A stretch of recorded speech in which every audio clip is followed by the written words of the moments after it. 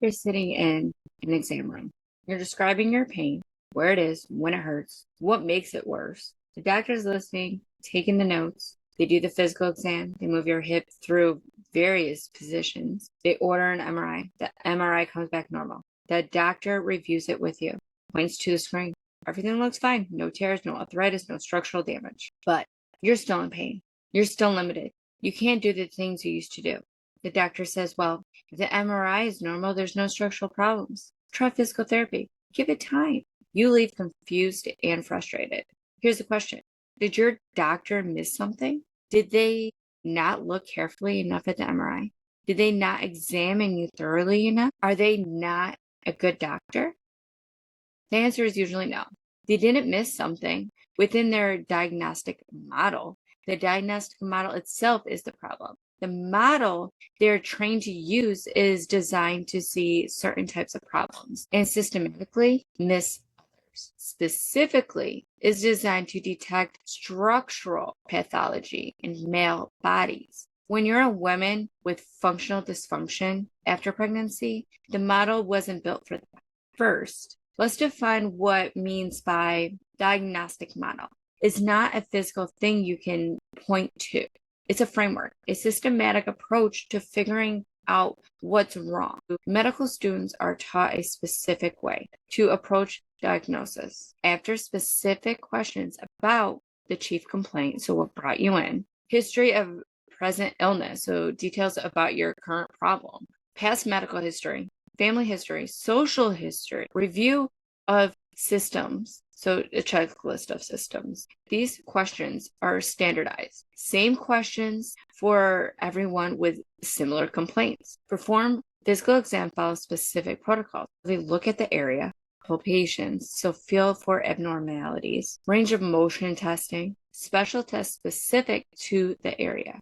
For hip pain, specific tests would be FADIR test, so flexion, abduction, internal rotation, log roll test, straight leg raise test. Each test is looking for specific signs of specific pathologies. Based on history and exam, creates a list of possible diagnoses. So it could be hip fracture, arthritis, labrum tear, muscle strains, bursitis, FAI, tendinopathy. Notice all of these are structural diagnoses. Something is broken, torn, inflamed, or degraded. Order tests to confirm or rule out diagnosis on your list. So you get the X-ray, first line for bone problems, MRI for soft tissue problems, a CT is sometimes for bone detail, and lab work if systemic conditions suspected. Interpret tests results against known diagnostic criteria. Each condition has established diagnosis criteria. Osteophytes on X-rays, labrum tear, specific signal changes on MRI, and fractures, breaking bones continually on imaging. If imaging shows changes that match criteria for a condition, a diagnosis is confirmed. If an imaging is normal, no significant findings. Once you have a diagnosis, follow evidence-based treatment protocol for that diagnosis. No diagnosis means no clear treatment path.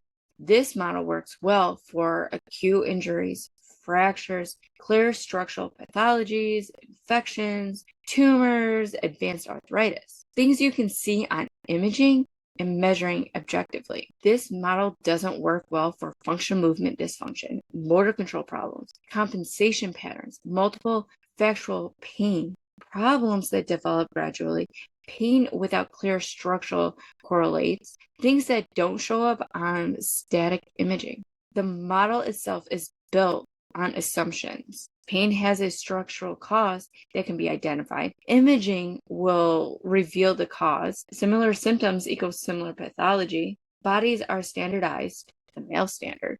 Dysfunction due to damage. For male patients with acute injuries, these assumptions often hold. For women with chronic postpartum pain, these assumptions don't hold. So let's trace back where exactly this diagnostic model breaks down for women, especially postpartum women. During pregnancy, your body undergoes changes that this model has never designed to account for. Standard orthopedic history questions for hip pain is, when did the pain start? Was there an injury or trauma? What activities make it worse? Have you tried anything for it? Any prior hip problems? These questions are designed to identify acute injuries. So what's missing is how many pregnancies, how long ago, the type of delivery, any complications during delivery, pelvic floor symptoms, core strength since pregnancy. When did pain start relative to pregnancy? Pattern of pain development. These questions aren't part of standard orthopedic intake because pregnancy and childbirth are considered obstetric territory, not orthopedic. So orthopedics don't routinely ask about pregnancy history. Even though pregnancy is the most significant biomechanical event many women experience, even though it's highly relevant to musculoskeletal problems.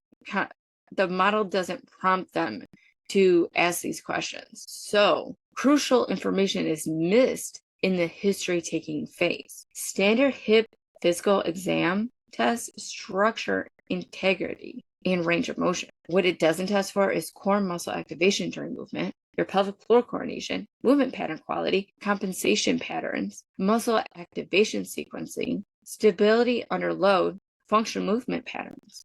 These require different assessment methods, not part of standard orthopedic exam. They take more time, require watching patients move through various activities, requires specialized training in movement analysis. Standard 15-minute orthopedic exam doesn't include this. Standard orthopedic differential diagnosis for hip pain, osteoarthritis, hip labrum tear, FAI, greater trochanteric pain syndrome, cystis, hip flexor strains, stress fractures, vascular necrosis, snapping hip syndrome, all structural diagnosis. What's not on that list is pregnancy-induced biomechanical dysfunction, core pelvic floor discoordination, and postpartum muscle compensation-driven overload syndrome, and functional instability.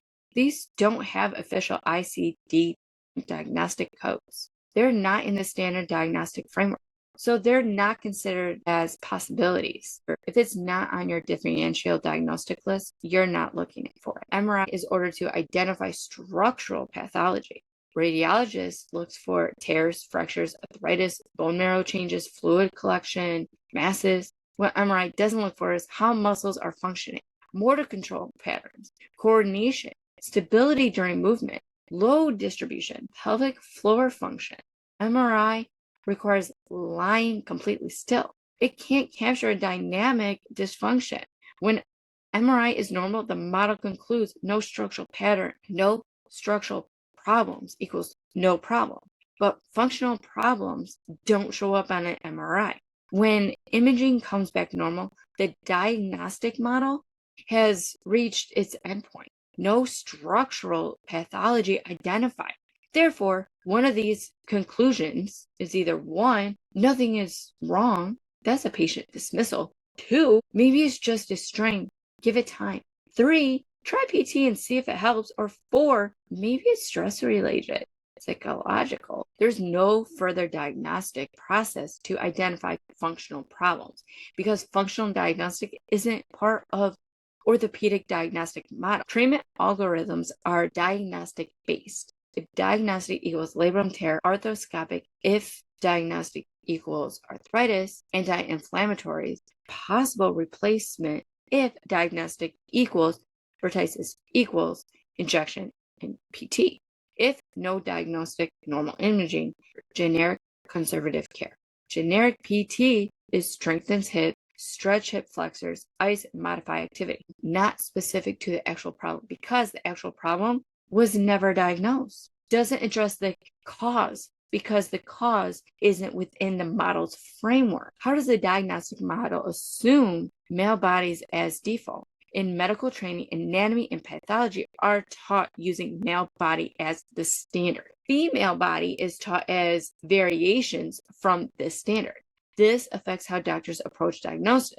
For the hip, standard hip problems the model was designed for male athletes with acute injuries, sports injuries, old patients, either sex, with advanced arthritis and acute trauma. So you fall in an accident, something along those lines. These have clear structural correlation visible on imaging.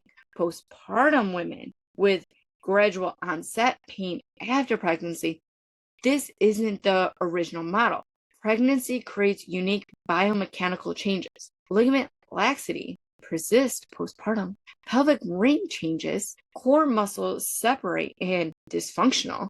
Pelvic floor trauma and dysfunction. Altered movement patterns and change muscle recruitment. None of this is part of standard orthopedic training because it's considered Cedric territory.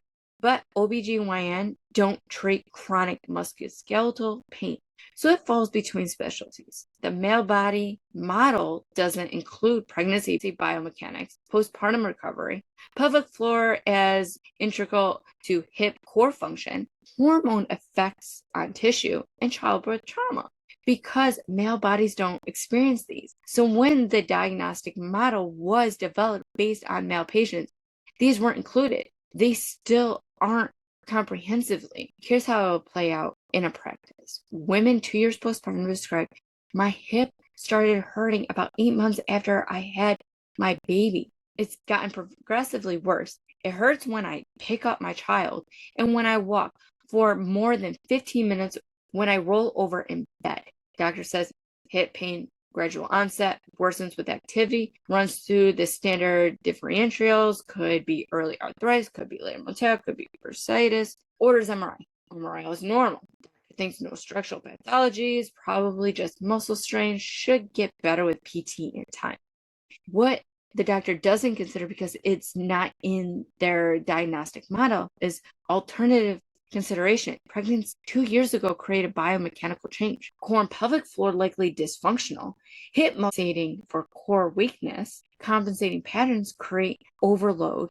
This is functional dysfunction, not structural pathology. Requires specific assessment of movement patterns and muscle coordination.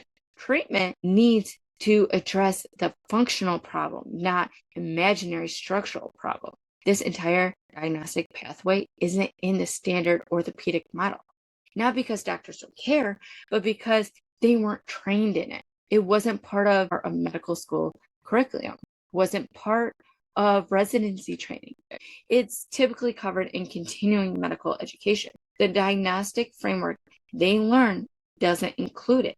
Let's talk about how time constraints interact with the diagnostic model. The diagnostic model was designed when doctors had more time with patients. In the 1950s, a doctor might spend 30 to 45 minutes with a patient. Modern orthopedic appointment is 15 minutes on average. What can you do in 15 minutes?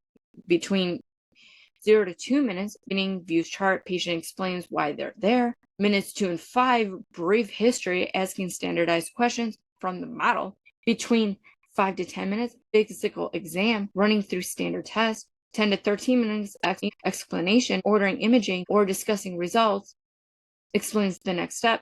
Minutes 13 to 15, question scheduling, wrapping up. This works fine if you have a simple case that fits the model. Patient fell, hip hurts, x-ray shows fracture, clear diagnosis, clear treatment, 15 minutes is enough. But the complex functional problem that doesn't fit the standard model, you need more time. Take comprehensive history, including pregnancy details. Understand pain patterns in detail. Ask about function, not just pain. Understand patient's goal and limitations. Actual watch patient move.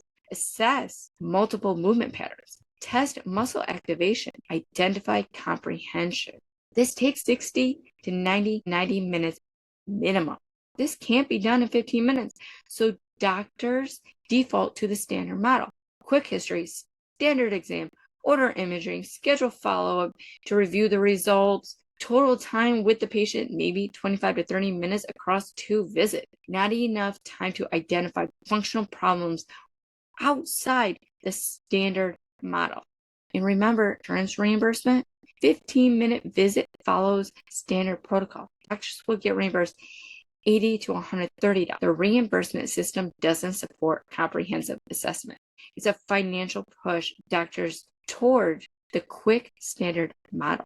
Even if they suspect a more complex problem, even if they want to spend more time, System constraints make it economically impossible to practice outside the standard model. So what happens when a patient doesn't fit the diagnostic model? Several possible outcomes. Patient is dismissed. Everything looks normal on imaging. You should be fine. Give it time. Implications. Pain must not be that serious if imaging is normal. Patient feels invalid and confused. Generic treatment prescribed. So try physical therapy. Here's a prescription for 6 weeks. But the PT prescription is generic. Hip pain, evaluate, and treat. No specific diagnosis for guide treatment. PT-focused standard hip strengthening protocol may or may not help depending on whether that problem happens to respond to generic strengthening. Often doesn't help because it's not addressing the actual problem. Attributes to psychological factors. Doctor thinking imaging is normal, exam is normal. The patient insists there is significant pain. Must be psychological components. Term use, somatization, anxiety-related pain, stress, pain amplification syndrome, referral to pain psychology or mental health, or prescribed antidepressants, anti-anxiety medication, not because patient is actually depressed, but because pain without structural cause is assumed to be psychological. This is deeply invalidating to patients and often wrong. The pain has physical cause, just not one the diagnostic model can identify. Unnecessary surgery.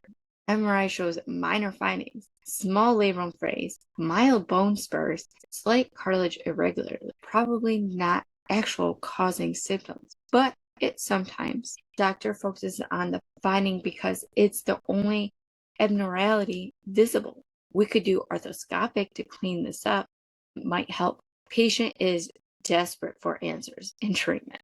Agrees to surgery. Surgery doesn't help much because the minor finding wasn't actually the pain generator. The functional problem is still there. Now, patient is also recovering from surgery. Patient goes doctor shopping. First doctor couldn't help. See second doctor. Second doctor uses same diagnostic model. Same results. Third doctor, fourth doctor. Years pass. Multiple MRIs, multiple opinions, all following the same diagnostic model. All missing the functional problem because it's outside the model. Patient becomes labeled difficult or a chronic pain patient. In reality, they just have a problem that doesn't fit the diagnostic model. What needs to change? The diagnostic model needs to expand to include functional diagnosis. Medical training needs to include movement assessment, functional testing, pregnancy-related biomechanics, pelvic floor as integral to hip and core function, pattern recognition for functional problems, differential diagnostic that includes functional dysfunction. Reimbursement structure needs to support comprehensive functional assessment and time required for detailed movement analysis, interdisciplinary consultation. Specialties need to collaborate. OBGYNs and orthopedics. Orthopedics with pelvic floor physical therapists. Better referral pathways. Diagnostic criteria needs to be established. Postpartum biomechanic dysfunction, functional movement disorders, core pelvic coordination, standard of care needs to update. Recognize functional patterns as valid diagnosis. Include movement assessments in standard orthopedic workup. Don't dismiss normal imaging as nothing's wrong. None of this is impossible. It requires system-level change. It's happening slowly in some places, but not widespread yet. For now, the diagnostic model remains largely unchanged, designed for male bodies with structural problems, applied to everyone, and systematically missing women with functional problems. Not because doctors aren't trying, but because the model they're using wasn't designed for this.